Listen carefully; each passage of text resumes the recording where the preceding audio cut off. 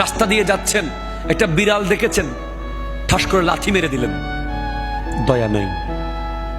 একটা কুকুর দেখেছেন, লাঠি একটা নিয়ে মেরে দিলেন বাড়ি, দয়া নাই। দয়া এটা অনেক বড় নিয়ামত।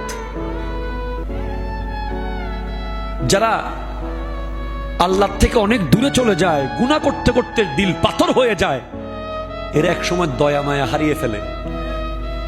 দেখতেছেন না, পৃথিবীর এমন একটা সময় ছিল যখন একটা মানুষকে একটা ছুরি দিয়ে আঘাত করা তো দূরের কথা, কেউ হাতে ছুরি নিলে দুনিয়ার মানুষ তাকে দেখতে আসতো।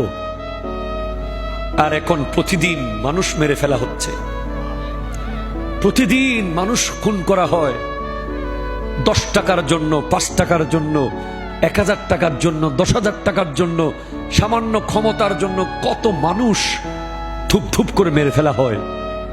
দয়া চলে গেছে, ঠিক কিনা বলেন? যার অন্তরে দয়া আছে সে শত্রুকেও ছুরি দিয়ে আঘাত করার আগে 100 বার ভাববে। সে একটা পশুকে জবে করার আগে তার কলিজা ধপধপ করে কেঁপে উঠবে। এজন্য ওলি আল্লাহদের অন্যতম বৈশিষ্ট্য হলো দয়া। জোরে বলেন দয়ালু। দয়ালু হবেন, বাবা মার প্রতি দয়ালু হবেন, সন্তানের প্রতি দয়ালু হবেন, নিজের ড্রাইভারের প্রতি দয়ালু হবেন, ঘরের কাজের লোকের প্রতি দয়ালু হবেন, গরিবদের প্রতি দয়ালু হবেন।